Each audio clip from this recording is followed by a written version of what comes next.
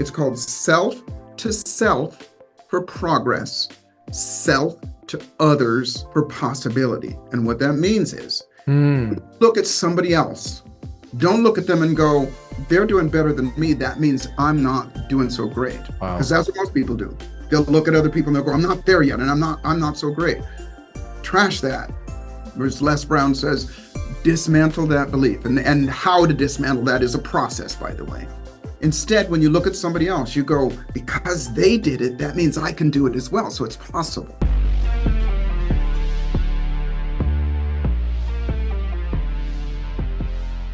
Welcome to the Takeover with Tim and Cindy, where we show you how to dominate every area of life and business. Let's get winning.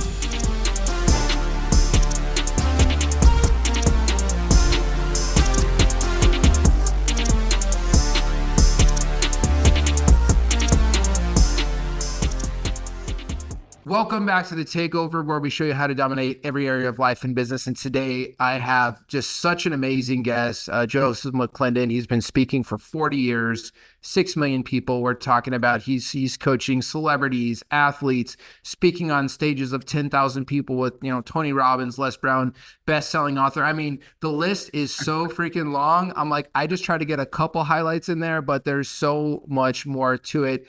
Your big focus right now is the Neuro Encoding Institute, where you actually show people how to do what you've done. And when everybody, if you want to level up your game in any area of life, or if you want to do what Joseph's done and become any area, this is going to be a really great episode for you to listen to. And I want to start off by just saying, Joseph, I told you this before we started the show. When I think of Joseph McClendon, I think of two things. I think of boundless, unlimited energy. In person, when I'm watching your social media, I'm like, where does this dude get his energy from? And number two, which is his secret, is pomegranates. When I think of you, I think of energy and pomegranates. Yes. Well, welcome to the show, Joseph. Super excited to have you here. Tim, thank you so much. And I'm unbelievably thrilled and honored to be with you as well. I have a lot of respect for you, what you do, and the value that you bring to people as well. So thank you. I'd love to hear just a little bit about the pomegranate story, because you found a way. For anybody listening, Joseph loves pomegranates. You found a way. They're only in season 3 months out of the year, but you found a way to get them year round. Do we want to share that hack, or is that like a paid secret? Yeah, sure. Join the inner circle. Yeah. Don't tell anybody this. This will be our secret. But I bet you can find it wherever you live. But you gotta look. First off, pomegranates are, as you probably know, one of the most healthiest fruits on the planet. Along with bananas, you can literally live on them because they bring with them, you've heard about the antioxidants and all those things, but all of the nutrients and all the things that you need to survive, including and especially gut health. Don't get me started, pomegranates bring that along with it. The challenge is getting those little seeds out. I grew up in Hawaii, and we had a pomegranate tree out back. That's where I first lived, and I first fell in love with them. They were messy because you just kind of crack them open and pick the seeds out. But, and I won't give the secret away, but what you're talking about, Tim, is I went on YouTube and learned how to get it, because you can get, already seeded in the store. That's really expensive, but I found out you can get all of the seeds out of a pomegranate in less than 3 minutes. It's crazy. I have that tutorial burned in my mind. I've seen you do it. It's pretty cool. Yeah. And so I was telling you earlier that I would only eat them like 3 months out of the year. I live in California because they're seasonal, and the store that I would go to, regular kind of it was a health food store, but it was Western health food store. It was only 3 months out of the year. But I found a Middle Eastern grocery store as well as an Asian food grocery store, and they got them all year long. So I eat them every day. I love that. I think I would love to hear kind of, there's so much that we're going to uncover today, and anybody listening like this, you're probably going to want to watch this episode, listen to this episode like 3 or 4 times. There's just so much value in it. I've heard you speak before. I know some of your story, and there's just anybody listening, there's so much value. Definitely come back and watch this multiple times. As you're going through this, you're going to want to take notes. I would love to hear like how you got started. Give like, how did you get to the point where you're at? I'll give the Cliff Notes version. I grew up with a military father. Every day, I thank God that he was my father. I didn't think so much when I was a kid, because he was very strict and very insistent upon education and insistent on rituals, make your bed up every single day, do what you say you're going to do, integrity, all of those things. And I had those things with me. I did okay in school and things. I was an artist. When I was 17 and a half years old, right after I graduated out of high school, because I graduated early, I was riding my motorcycle through a place called Bakersfield, California, and 3 grown men tried to take my life because of the color of my skin. And the beating was horrible, as you might imagine, because they left me for dead. They tried to kill me. Jeez. They said they were going to kill me. But, what was more devastating was the things that they said to me about me. And it destroyed everything. It destroyed my confidence, destroyed everything about me, because I heard that. And that was my psychology from then on. And I became homeless after that. And I lived in a cardboard box in a place called Lancaster, California. And what changed it was somebody that I didn't know, a kind individual, gave me the book Think and Grow Rich. I was desperate. And I always say this to people. Most of us that have any aspirations of doing more and going further, faster in life have read the book or at least heard of it. But I always ask, did you do what the book said? And most people don't. They read it. It's a great book and everything. But I was religious about doing what the book said, and my life changed. I remember you were speaking at it, and you asked that in a room. And everybody, who's heard of it? All hands go up. Who's done everything it said? And there was just like, there was maybe a few hands. So that was a very, when you said that, it was very interesting to hear people had the information, but they didn't have the application. Yeah. And that's, you were talking about that. We were asking about before. It's process over information, because the information is in the book. That's why they call it shelf help book. It sits on the shelf. Everybody has information, but I was desperate and I did what the book said, and my life changed. To get to your point about what brought me to where I am right now, when I went back to the gentleman that gave me the book to thank him, and I said, you changed my life. What do I do for you?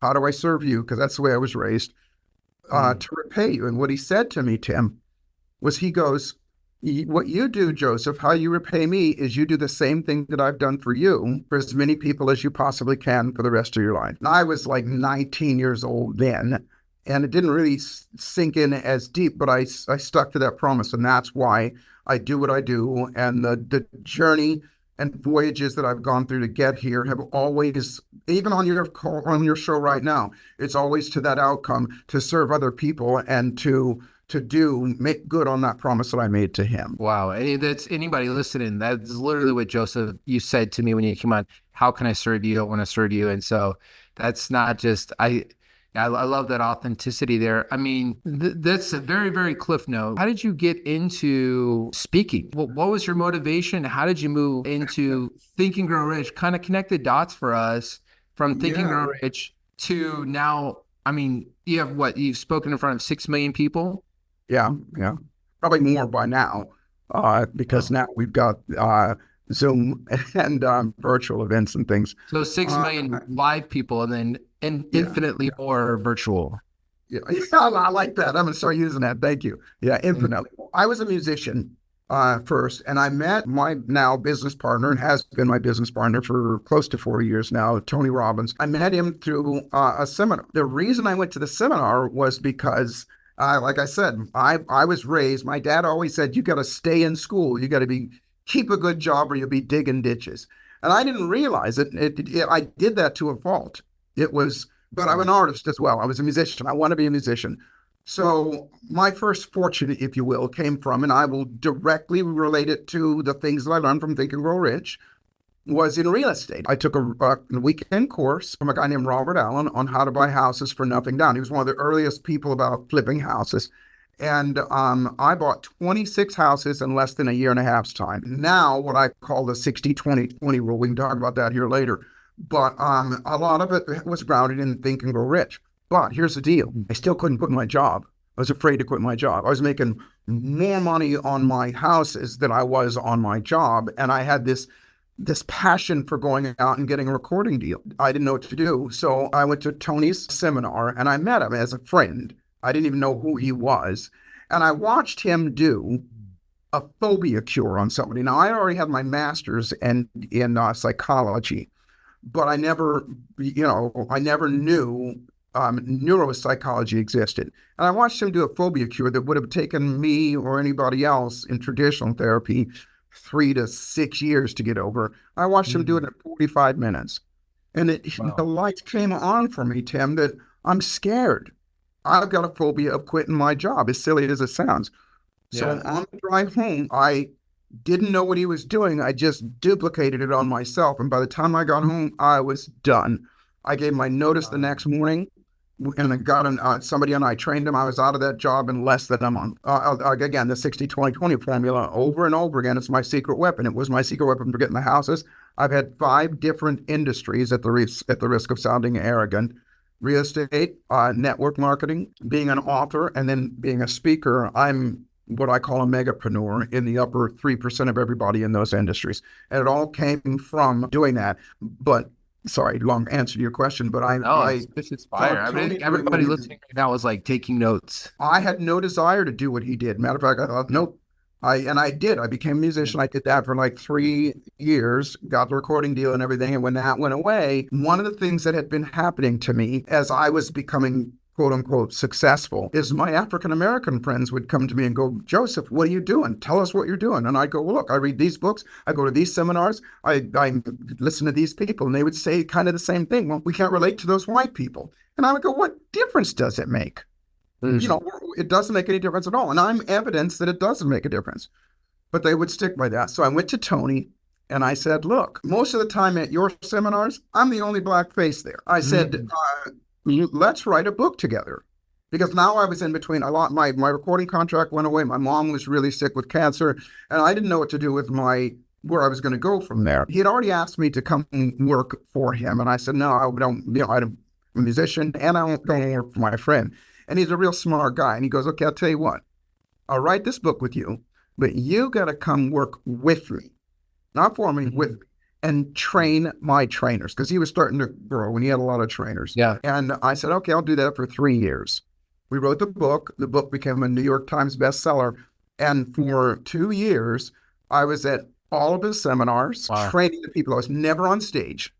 But then one night in Australia, I'll never forget this, Tim. He couldn't do the next day, the last day. And he called me up and asked me to do it. And long story short, I did it. And I've done that particular day at that seminar every single time, except for one time, for the past 33 years. And what an unbelievable story. Now, what did you do to be prepared? You know, it's the old saying, you know, luck is when opportunity meets preparation. Like, how were you prepared to when that came? Because if you would have bombed that, if you would have done horrible, you probably would have like, okay, that was great. We could write books together, but maybe not speak on stage.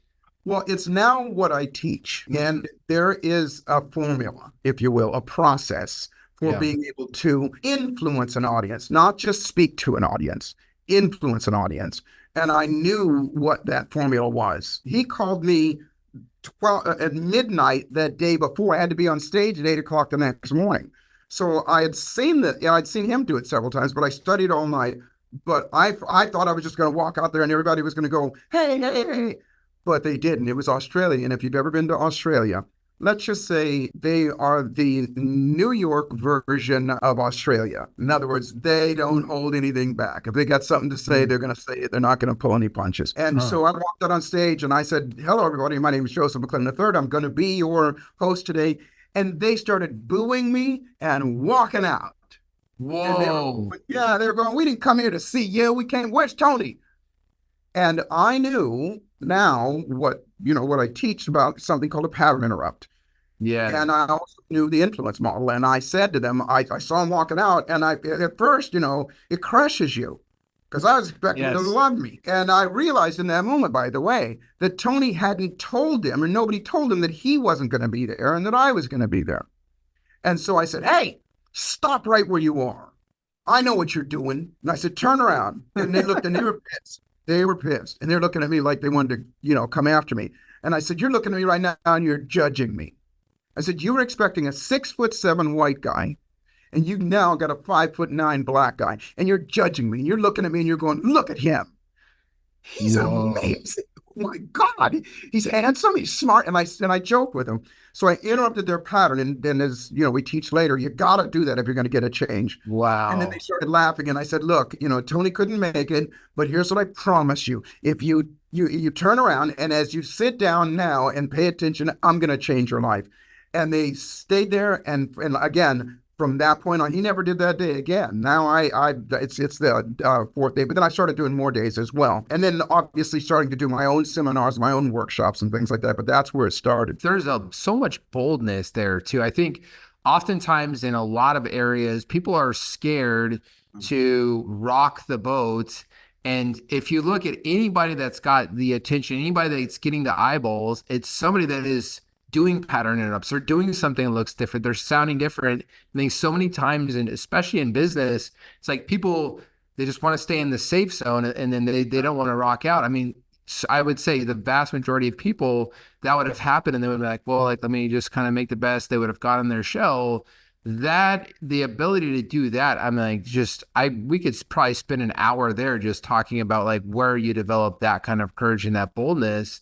But that is just overall, I just love being able to get that attention, being able to stop that when you have there. And I think when I met you, knowing you in person, you have a lot of charisma to you. Now, do you feel like having that was gift, or was it a talent, or was it developed, or a bit of both? Jim, that's such a great question. The answer is no, it's not a gift. And talent, in my personal position, in my personal opinion, is skill, is developed. Yes, you can be born predisposed to, if you're born 7 feet tall, then you're predisposed to play better basketball than me, Yes. But there's lots of 7-foot tall guys out there that can't dribble a ball if they had to. Yeah. Skill and talent is process. It's learned. And I learned it. I'm gonna tell you now, I have the privilege of, like you said, I've been in front of, millions of people. And at the risk of sounding arrogant, the comments that I get are always, there's something about that guy. I don't know what it is about him, that made me say, well, it's because it's a process. And in my institute, that's what I teach people. And when they see me, it's like my students, now they see me and they go, I know what you're doing now. I see it now. Because it's a process that I go through that you can cause people to be influenced.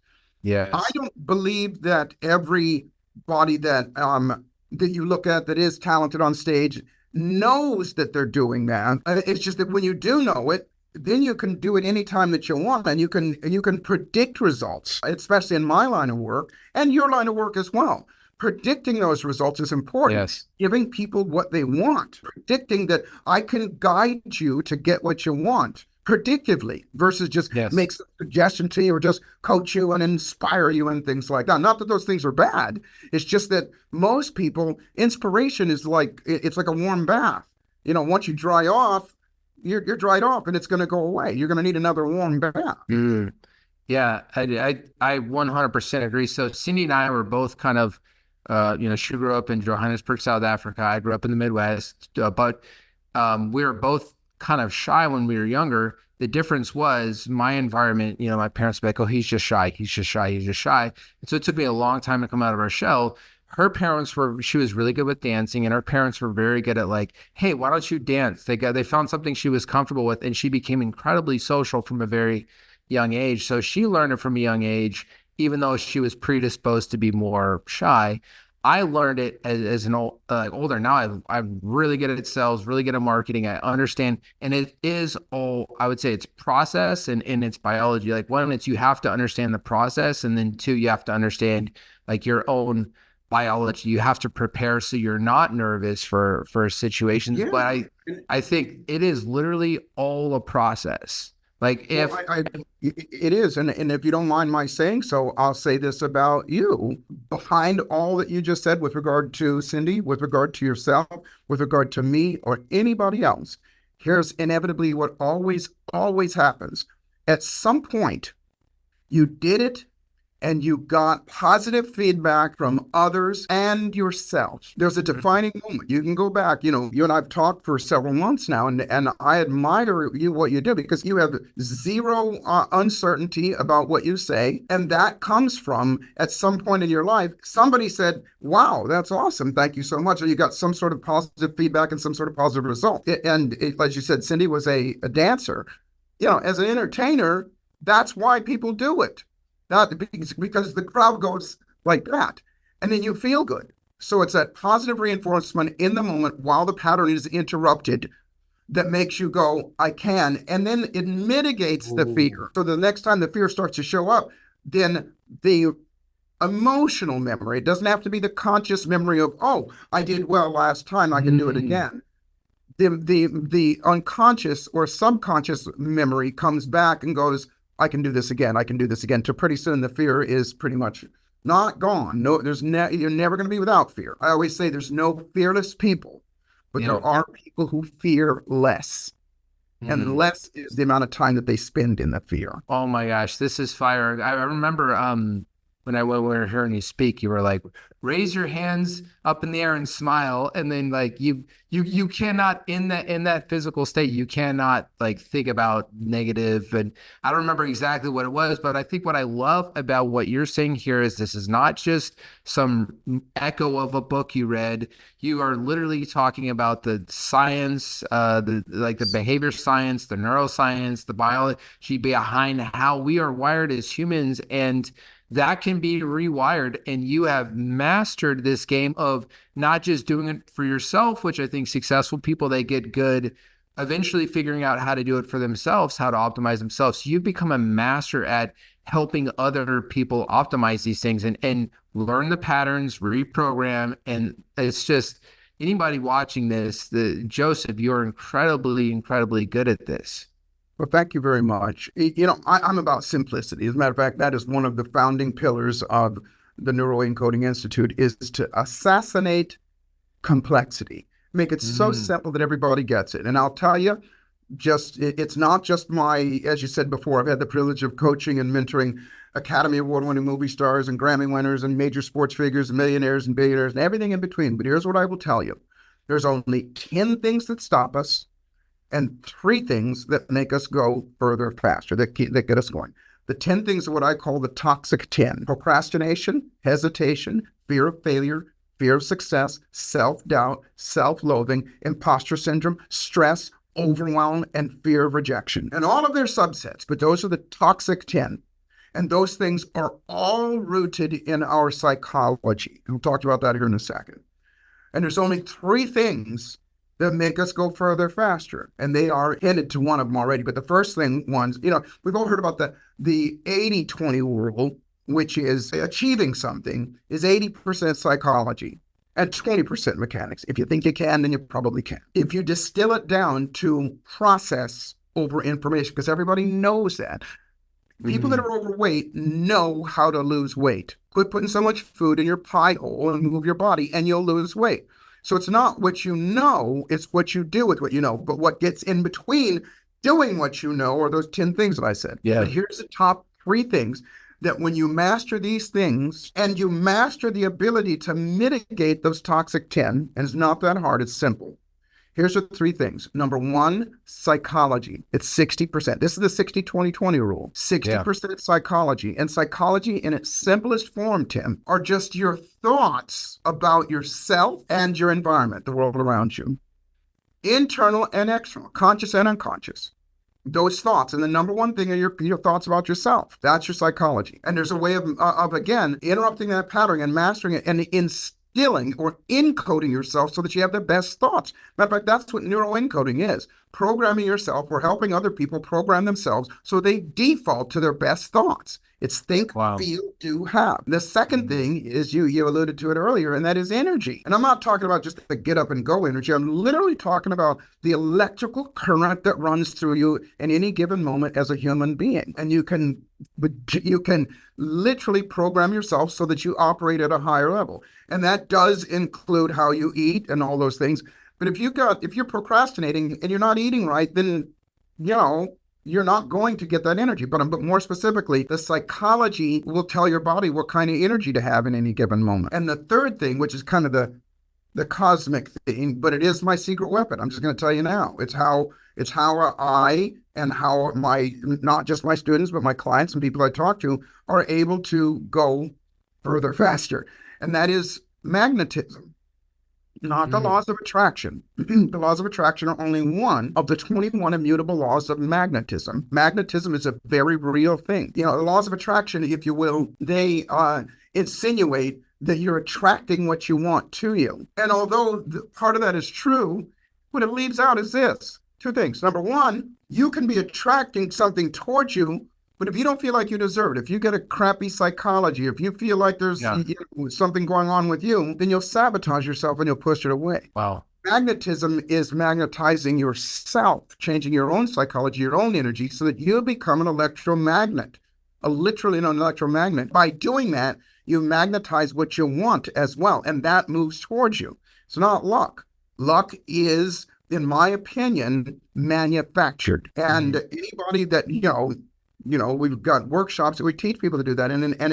It has been my secret weapon with everything that I do. People used to say, Joseph, you're so lucky. No, I wasn't lucky when those guys tried to take my life. I wasn't lucky when, a lot of things happened in my life. But things happen for me because I caused them to. I went to a Bible school, and the whole thing of the Bible, like, it wasn't like here's what we believe, but there was this overarching, money is bad. If you want money, you're bad. And even though, like, right after school, I never wanted to be a preacher or anything, I went right into entrepreneurship, and I knew I wanted to make money, and I was cool with that. But because of how much time I had spent in that environment, I didn't realize until about, I would give my company a certain amount of revenue and it'd crash, certain amount of revenue would crash. And I didn't realize until probably 8 years into entrepreneurship that, oh my gosh, this whole time I still think money's bad. Yeah. I still think money's bad. And so that is what stuck out to me there, is like, it doesn't matter if you're attracting it. If you still have a belief that you think money's bad, it's gonna push away. And I would have never believed in this stuff, 8 years ago. But when you start to realize that belief was literally blocking the success, I would get to, it was always a certain revenue, and then it would go back down, certain revenue, go back down. And I could never get past that.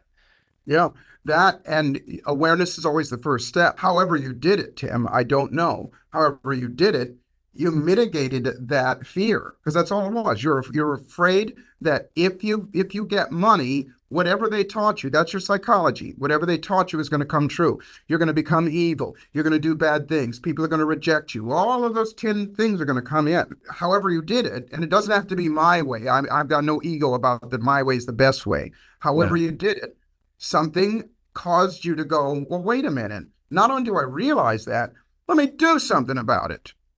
Mitigate it. Yeah. And then when you did, then that's when things changed. And that's when the world opens up. And to me, that's one of the biggest missing pieces that needs to be taught in schools, need to be taught to people in general. But I never regret any of this history I have. I'm at where I'm at. I'm very thankful for where I'm at. I'm thankful for what I've gone through. But I always think, it didn't have to take me this long. I could have been to where I'm at right now much faster if I had the right information and I had just the right people around me. And so anyway, if anybody's feeling that, we're going to share some more information later, Joseph, but if anybody is resonating with that, like, wow, I would like to have help with that breakthrough, definitely make sure you follow Joseph. Definitely make sure you stay to the end and get some of his information, because I think this is, Joseph, I wish you and I would have met when I first started the entrepreneurial journey. Like, I would be a gajillionaire by now if I would have.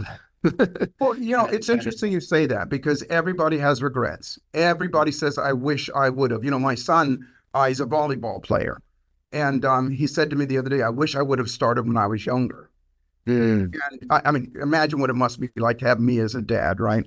Yeah. But I said, I think I even actually asked you about that, because you're such a high performer. Like, how do you be a dad? But another topic for another day. Dude, it is probably the biggest challenge in my life, being a parent versus being a coach, mentor, teacher, speaker, and all those things. Can we be more effective in being able to teach them? But there's not a person on the planet that wasn't a teenager that didn't rebel or didn't, didn't not listen. I remember there's times I would say something to my son, I'd go A, B, C, D, and he wouldn't listen, he wouldn't do it. And then 2 weeks later, he'd come back and he'd go, Dad, guess what I learned? And I go, what? And he'd go, A, B, C, D.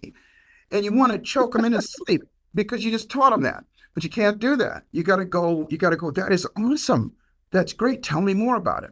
Because then they get to own it. Yeah. Because kids, you don't want to do it. But here's what I was going to say about you and what you do and what you have done, what you continue to do.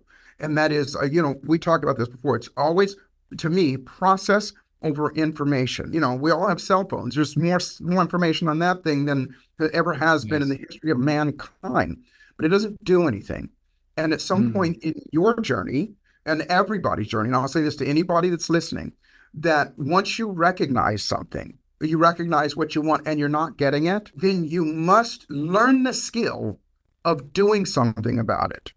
And if I was to simplify everything, even simpler than I already have, I would say this, because I get asked this question a lot, whether it's on television or whether it is podcasts or whatever. People always ask me, Joseph, if you could go back to your younger self and give yourself some advice that would help you now, would have helped you now and helped you go through, what would you say? And my answer is always the same. Learn the skill of snapping out of it sooner. That's it. Snapping out of whatever rabbit hole you go down, whatever fear you're going through, whenever that brain is going yak, yak, yak. It's a skill to snap out of it because I call it human physics. The more you do it, the better you'll get at it. So stuff will show up and it's going to.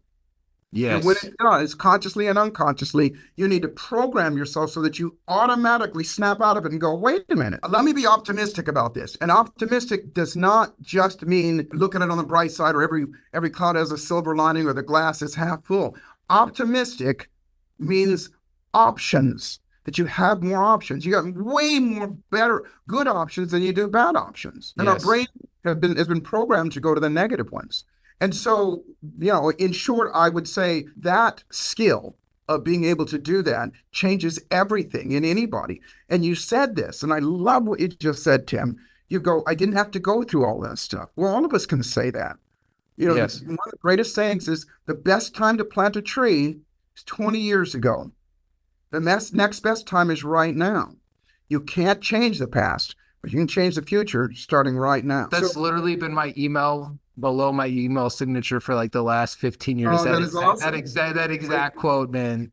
Yeah. I love that. And it's the truth. You're wasting time worrying and regretting and all those things. Yeah. And I think too, if you look at the best of the best entrepreneurs and anybody that's succeeding, it's not that they don't go through challenges. It's just, it's the way that they perceive them and the speed to be able to go through it, get back up, focus on the solution is the big differentiator. We always tell our team one of the themes here is problems are opportunities. And at first, when we started saying that, some years ago, they're like, I don't know. But then every problem, every crisis, every big technology change that disrupts what we're doing, 2 weeks later, we get on the other side of it. We actually create an opportunity out of it. And now it's like the theme, people at our company now actually get excited. Like literally, like our employees get excited when there's a challenge, when there's a struggle, when there's a shift, because they've seen the history of, hey, what's the opportunity here? What were we missing? And I think so many people, they get stuck. The time and energy you spend focusing on the problem, the negative, it's killing you. And the people that are able to use that same energy to focus on the solution are the ones that win and get ahead. And by the way, you're a lot happier and less stressed out when you do that too. Life is just better. That's the extra added bonus. Yeah. And we started talking about this earlier.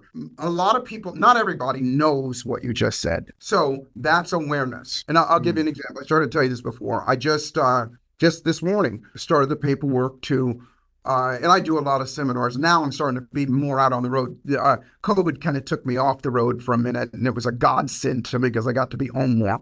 But I'm starting to be out on the road more. As you said before, I work with a lot of different people. And one of the people that I'm really excited about working with, regardless of what anybody thinks about him, is David Goggins. In my personal opinion, this is my opinion. I love David, by the way. So that's my opinion. He is a much needed voice of healthy masculinity and healthy logic. And I say that because in this day and age, well, I'm not going to go into a masculinity thing, but here's what I'm going to say. Bottom line, his philosophy is if you're overweight, you don't want to be overweight, do something about it. If you're broke, yes. you don't want to be broke. Now, his bedside manner, a lot of people don't like, and that's fine. But the truth of the matter is, the do something about it is the challenge. And at the risk of we live in a victim culture, right? Don't even get me started in that. It's just that's where people live. And even people who that's not where people win. So you might feel good for a second being the victim, but you are not going to win in life being a victim. Not at all. Period. If you want to go further, faster, here's the deal. And it's why I'm going to be working and why they bring me in, to these types of situations is because I have process to change it. Because you're going to ask, whether it's David or anybody else, you're going to ask, how do I not be afraid? How do I get myself to get up and go to the gym when I don't want to? Because I know, get off my ass and do it. I know, get out there and make that phone call. I know to do this. I know to do this, and I want to do it. There's 3 foundational understandings, beliefs, and processes that we do. Number 1 is to have content that addresses and solves the problems of the masses. And those problems are the 10 things that I said. The toxic 10, all of them. Number 2 is the ability to do a process right now to produce a result right now. Wow. And what that means is this. I can tell you something and you'll go, yeah, that makes sense. And I can even help you tell yourself that. You go, yeah. But if I get a result right now where the lights come on and you get a result and you can't, like, for example, I always say to people when you come to one of the seminars that I do, bring me your worst nightmare. Bring me your worst fear, your worst memory, your worst inhibition, because at some point during that day, you're not going to be able to feel it. You're not going to. And it's not going to be something that I do to you. It's going to be something that I tell you, I show you, you do it, and you're going to get a result. And then in that moment, now you not only have that tool for the rest of your life, but you've got the most important part, a psychological shift inside of you. So that's number 2, is the ability to produce a result right now. Then the ability to continue to produce that result. Because you didn't botch it. You didn't botch it at all. If you got I use dogs, but if you got a fear of dogs and you come into my office, guess what's going to be in my office? It's going to be a dog. And within less than an hour, you're going to be holding that dog. You're going to be loving that dog. But then the second piece is when you leave, I'm going to give you something to do so it geometrically grows so that you are magnetic to not just magnetize dogs towards you, magnetic to the feeling, the emotion, and the thoughts that dogs are fine and I'm fine. And you're not thinking about, oh gosh, I used to be afraid of dogs and how much time I've wasted. You're just going, what's next for me in my life? And then that third piece is the ability to present in a way that influences people, that causes people to go, I want some of that as well. That is so valuable in business. And those 3 things are the psychology, the first 60% that I told you about. Then you'll have the energy, because when you have those, listen, when you're excited, if I put an EEG machine that measures the electrical pulse that goes through you, it's, through the roof when you're excited and hopeful and desiring, versus it's mitigated when you're fearful. Wow. And so all that stuff is mechanical. I think anybody watching or listening to this right now, like, you can just feel, Joseph, the energy. This is what I was telling you guys about at the beginning of this show. I mean, Joseph, it's like you got my energy up, you got me, and I'm a very enthusiastic guy, but I feel like when I'm around you, it goes to another level. I want to do a little bit of a shift, and then something I love to ask everybody, and I always get a different answer, and I'm super interested to hear what yours is going to be. Okay, so I'm going to set context. We know really successful people, they can build something great, lose it all, and then end up building something even better.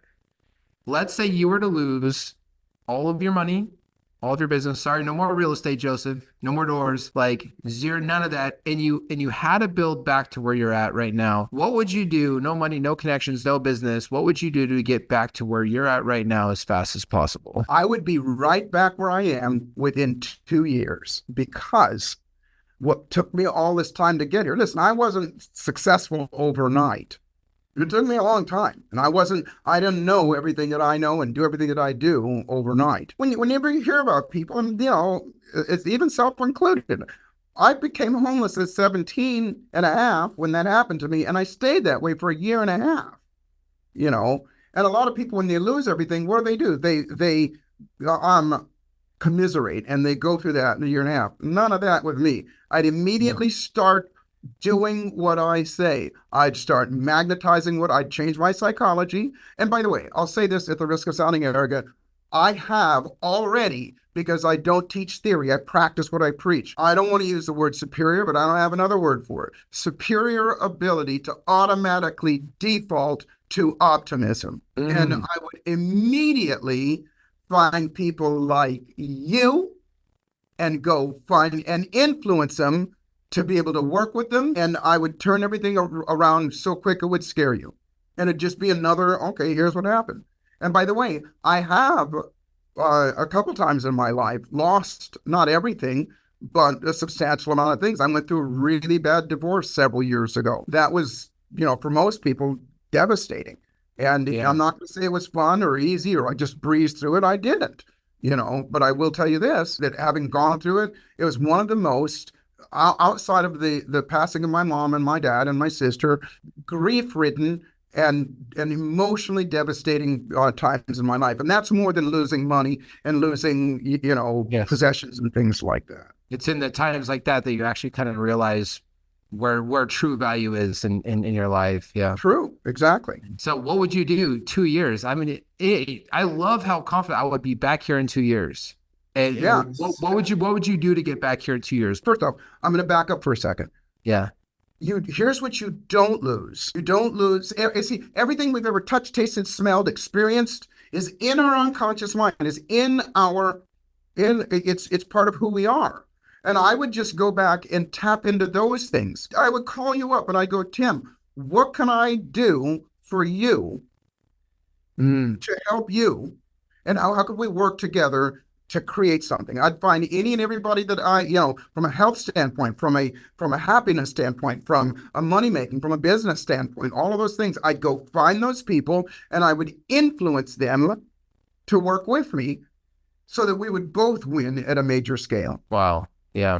You're not going to try to build this by yourself from the ground up. Number one thing is let me go find the right people to work with. Yeah, find the right people and not just because we hear this a lot, offer them something of value first. And that's great. Yes. That is the way you want to function. But don't just offer it to them. Figure out a way how that you're going to deliver it in a way that nobody else can, in the quickest way possible, in a way that is so unique that they have no other choice but to want to work with you and shift gears. I just talked, it was so amazing.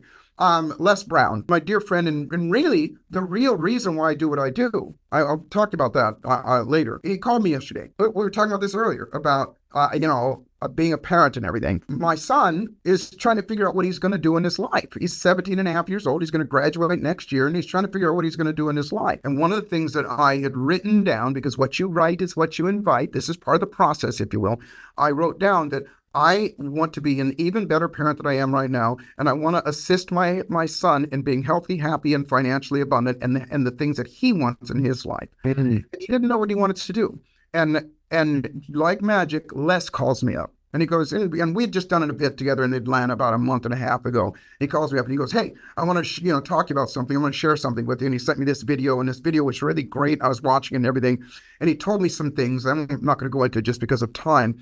But he started talking. I go, "Les, would you do me a favor? Would you repeat what you just said to my son?" And I went to my room and I got my son. He started to talk to my son. And my son, he's got this really great, deep voice and everything. And Les Brown started to talk to my son. And I could see my son shifting. I could see things happening inside of me. And the reason I share that, Tim, is because it wasn't me. It wasn't me that did that with him. And my son has a new, focus on what's possible for him by having this conversation with that person. So back to what I said, I would call people. I know Les, so I would call Les. But even if I didn't call Les, I'd find a way to get to that person and have a conversation with him. how I could add value to him. And I've added a lot of value to Les's life and his mine as well. And Yeah. so those things, I don't care who you are. People say, well, I don't know Tony. I don't know. Yeah, you don't. Well, neither did I when I first met him. And now it's simpler. I didn't say easier, but it's simpler than ever because, you've heard the term 6 degrees of separation. Now it's Mm, three degrees of really? separation to get to anybody that you want to. Because Anybody that people you are want. so connected these days. Yeah. Interesting. One thing that I constantly hear from some of the most successful entrepreneurs, it's always people. It's your team, it's your partners, it's your friendships, leading with value. A friend of Yes. mine, Trevor Short, I did a podcast with him recently. He runs the Neckard Cup with for Richard Branson, just a ton of people in that world. And that was his number one thing is like, don't be transactional. Don't try to make every conversation transactional. Always lead with value. He invites us to a lot of cool events, and he introduces to a lot of great people. And I'm like, dude, I got to have you on the podcast because I've never seen somebody have a network like this and be friends with so many people. And that was the same thing that he was saying. It's just if he had to start all over again, it would just be a matter of let me go out, let me see who I can help, let me see who I can serve, Yeah. and then meet up. So wow. What I'm curious about your dad, you've been just through so much stuff. You're friends with a lot of cool people.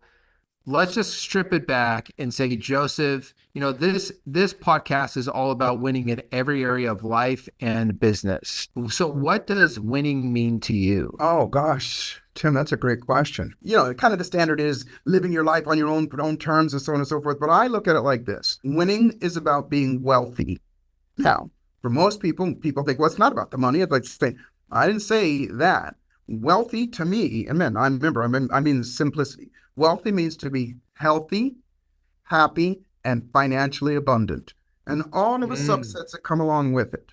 That's yes. what winning is. So that you wake up in the morning, if you're on this side of the dirt, then you've already got some level of health. And for you to be able to go, thank God for another day. I'm grateful for this. And for you to be able Wow. to put a smile on your face, then you're happy on some level. For you to be able to put food in your mouth, your children's, have a car, any of that stuff, you're financially successful on some level. But most people feel like this. It's not enough. And I'm Mm, not successful until I make as much money as Tim. I don't have the kind of relationship as Tim does, or, whatever. But the truth of the matter is a saying that I think it was my dad that taught to me. It's called self to self for progress, self to others for possibility. And what that means is mm, look at somebody else. Don't look at them and go, they're doing better than me. That means I'm not doing so great. Because wow. that's what most people do. They'll look at other people and they'll go, I'm not there yet, and I'm not so great. Trash that. Whereas Les Brown says, dismantle that belief. And how to dismantle that is a process, by the way. Instead, when you look at somebody else, you go, because they did it, that means I can do it as well. So it's possible. When you Wow. look at yourself for progress. You know what? I'm this age now. I've done this, I've come this far. Now I used to poop my pants. It can go as simple as that. Remember I that don't you've do made that progress. anymore. Yeah, I don't do that anymore. But Only a few that times. yeah, every once in a while. But I know this sounds unbelievably simplistic, but most people don't think that. Most people Mm, cannot even look themselves in the mirror in their wow. on their own eyes and give themselves love. They can't do that. Most people cannot compliment themselves. Most people are uncomfortable with being complimented, and most people have a hard time Mm, complimenting other people as well. And all that's saying is all those things that I just said there are so conflated and so contorted in a way that causes us to feel less than. And if we yes. feel it, then we perform that way. And if we perform that way, then that's what's going to be produced. And the whole thing is process. The process to be able to shift that versus information. You can know anything you want. You can know everything. Knowledge is not power. Knowledge is just stored information. So what? I know people, and I know you do, and everybody knows of somebody that has not one iota of the talent or skill that you do, but they're doing better than you. You Yeah. know, if we've got time for a real quick story, I'll give you a real quick story. Yeah. Years ago, I want to say, well, right before COVID, maybe a year and a half before COVID. Video games are just, in my personal opinion, one of the things that is denigrating the creativity in human beings, period, social media and all that stuff, but especially kids. And so I would only allow my son to watch video games and play video games an hour a day when he's with me, an hour a day. I didn't like it at first, but that was just, the rule of the house, and I'm the dad. Yeah. So one day I go down to the theater room and he's there and he's watching. It's his hour to play video games, but he's watching YouTube and he's watching somebody else play video games on YouTube. Now, me wanting to be a good parent, I come down and I go, dude, you only have an hour, get in the game. If you're going to play, get in the game. And he looked at me, as all of us parents know, he looked at me like I'm just the dumbest thing on the planet and goes, Dad, that's how we learn how to play the games. And I go, okay, I get it.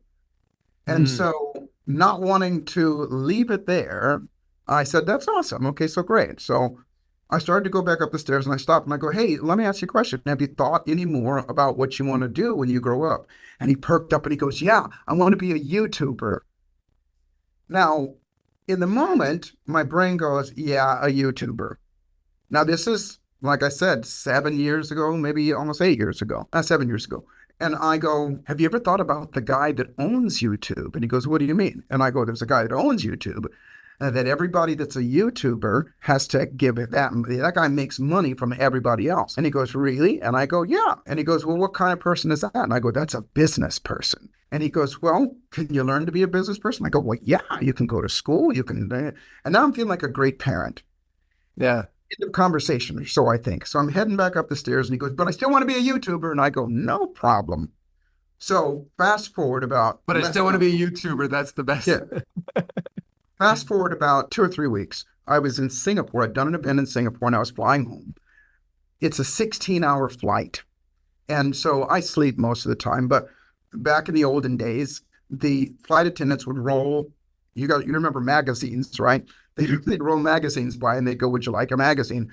And so I take like a Time magazine and a Newsweek magazine or whatever, and I put it in my seat back pocket and I go to sleep. A few hours later, I wake up, get something to eat, and I take out the magazine and on the cover of the magazine, it was like Newsweek or Time magazine or whatever. On the cover of the magazine, it said multimillionaires before the age of 25. I thought, well, this is interesting. I open it up. First person I come to is the guy that my son was watching on television. That year, he had earned $11 million as being a YouTube. And that guy's name now is synonymous with YouTubers. It's Mr. Beast. And Mr. Beast, you know who he is. And so obviously I call my son up and I go, hey, let's get to your YouTube channel. my point is this. It's never been simpler to make money, be happy, and even be healthy. Never been simpler. But it's not necessarily easy. But that's what neuroencoding is to make it easier to shift how you think, feel, so that you'll do those things that it takes. Anybody can get a YouTube account. Anybody can get an Amazon account. Anybody can do real estate. Anybody can do anything that you or I have done, but they just don't do it. And they don't do it because of those 10 things. I think for winning, you talk about being happy, healthy, and having money. That was the 3, right? Yeah. I call it financially abundant. Yeah. Got financially abundant. I love the way you said it. It's so funny because there's so many camps, and if you're listening to this, there's so many camps that are telling you that you can only have one of those. So much of TV says if you have money, you're going to be unhappy, you're going to be selfish, you're going to be unhealthy. Other camps are like, well, if you want to be happy and you want to be healthy, you can't do business, you can't make money.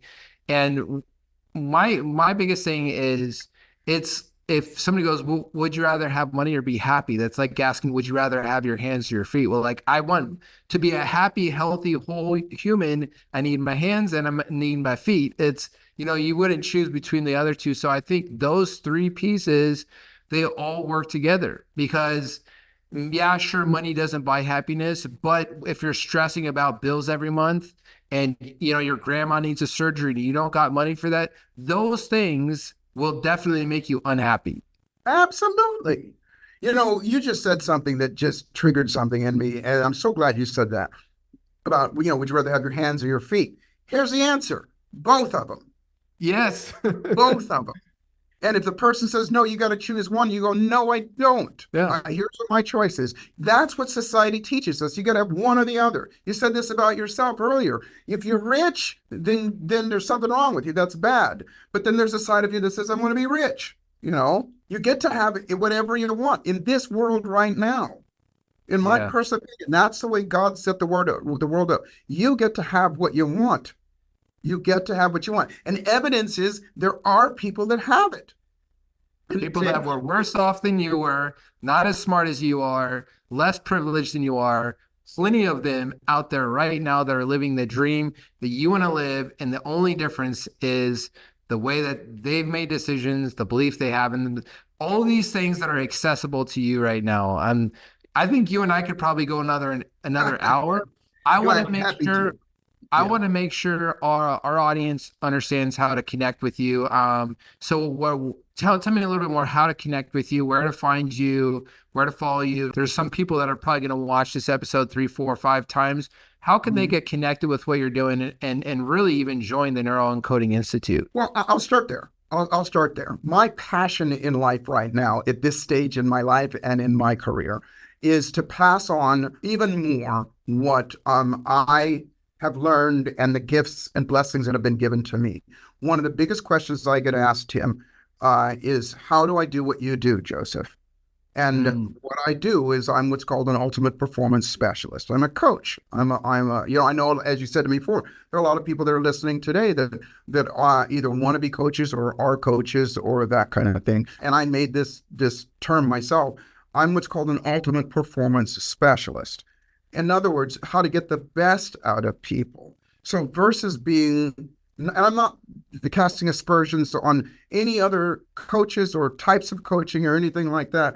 I'm just saying that there's another level. Just like with traditional therapy, that works. But if you want to go further, faster, I always ask people, you want what you want sooner rather than later. And the further, faster in this case is something that I call neuroencoding. And neuroencoding, what that means is to be able to program yourself and others to automatically default to their best psychology, energy, and magnetism, to mm, their best behavior. And what that means is that, like I said, people ask me, how do I do what you do, Joseph? And I used to think, well, gosh, you know, I've got 40 years in this industry. And I like it like this. Look at it this way. It's like most people have at least 20 apps on their phone. I have 172. How many of them do you actually use, though? We only use a handful. yeah. And so for me to produce the results that I do, and people pay me in excess of 350K a year to work with them. I've got clients, I don't do this anymore, but I have clients that I've worked with for the same ones for almost 17 years. And he just keeps coming back and paying the money and doing that because of the value that he gets. And I'm not saying that to brag Wow. or to boast. I'm just saying that what I do is effective. Yeah, And so you're not trying to sell or promote something that you're not living. the process is called neural encoding. And as I said, it's those three things. If you're in, and they're for these types of people that are already a coach and a professional, and you know, because like a third of our neural encoding specialists are psychologists, psychiatrists, and coaches and things like that. If you're already a coach or a mentor, I'm going to show you something that's going to take your game to the next level because you're going to get results now and later and give you everything that you need, all the speeches, everything you need, all the programs and everything Yes. to do a different type of coaching than let's get your goals, let's get your plan, and let me hold you accountable to it. You know, that's oversimplifying coaching, but that's what most coaching is. That's number one, is to give people those things. Number one, the ability to help people with any problem that they have. Number two, the ability to produce a result. Don't just teach it. If you're a coach out there, the second kind of person, that's somebody, the first type of person is somebody that's a coach already. You want to take it to the next level? Do you want to be a megapreneur and operate at the upper 3%? And by the way, it is a $1 billion a day industry now. It's not because I heard you say that earlier. A yeah, billion dollar a day. 3 years ago, Forbes predicted that this will be $1 billion a day. in 5 years. It's only been 3 years since they said this, and it's already $1 billion a day, $350 billion a year in this industry. Everybody's starting to realize that you need a coach, and it's a never-ending replenishing because people are getting older and coming of age and coming of awareness every day. So that first group of people are people that are already coaches or already in some sort of profession. Second group of people is if you want to be a coach, if you want to learn how to do that and be part of this industry. The third type of person is you got no desire to be a coach or a mentor at all, but you want to change your own life and change your own business. You want to be able to influence and then impact other people as well. So that's what the Institute is. And rather than to go into it, I'll give you, and hopefully you'll put it on the comments or the, what do you call it? Yeah, we'll put the link. Anybody listening, we'll put the link in the show notes, or we'll put it in the description. Neuroencoding.com, and that's spelled NEUROENCODING, neuroencoding.com. Or you can visit me on Instagram, and it is my name. I am Joseph McClendon. I always say to everybody, look, you only have, the old saying is you got nothing to lose. You got everything to gain. You really do. If you look at, I got nothing to lose, then yeah, most people won't do it. But what I promise people is this, and here's what I will say about the Institute. My outcome is this. Look, just like those apps, I have a ton of certifications. I've got a doctorate in neuropsychology. I've got hypnotherapy. I've got neuro-linguistic program. I got dozens and dozens of different certifications. And every single one of them, Tim, including my formal education, they give me a diploma or a certification and go, good luck. So the biggest thing that we bring to the table is support to take you through everything. And I've got, 3 full-time coaches and mentors and people that work with you to get you where you want. Those of us that dare to dream while the rest of the world is having a nightmare, unless you've been living under a rock, there's a lot of trauma out there. Yeah. We're not looking to create the abundance and the wealthiness that we want for ourselves and our families, the people that we love. But the greatest part about it is that we're going to be shining examples of what's possible for other people. Other people who might feel hopeless and other people who might feel like they can't do it. If you're that kind of person that radiates with that goodness and that love and that joy and that caring and all the things that we teach default to, then other people will get that. So life's always exactly what you dare to make it, and fortune favors the bold. Yes. That's it. I promise. That's it. No, I love it, man. I'm just giving you a hard time. I think I'm going to say one thing on that is you compromising or giving up on your dreams is like you're also setting a negative example for anyone around you. But you going all the way in, you hitting your dreams, you pushing isn't just about you. It's about those watching you. It's about your kids. It's about your family. It's about all of those pieces. So what I loved about you saying that is, like, we have people on our team where, one of their number one motivation is, I want to show my daughter that I don't want to just tell her you could be anything you want to be. I want to show her that you could be anything you want to be. So if anybody's listening to this episode, my final thoughts are, you should listen to this again. Number one, you should connect with Joseph. Number two, but advice is 100% is to go 1000% into your goal, what you want to do. Don't be ashamed of anything. Just go 100% and know that you going for it and you making that money, you hitting that success, you building that company, you making those connections will be an inspiration to those who are fearful or have doubt whether they could do it. So that's what I'm going to end on. I'm started to steal any thunder there, Joseph. You just got me super pumped up. And Joseph, this has been an absolute pleasure to have you on here, man. I always love when we hang out and get to talk. You energize every single room that you step into. Everybody make sure to go get connected with Joseph and his team, incredible team. So again, this is the Takeover.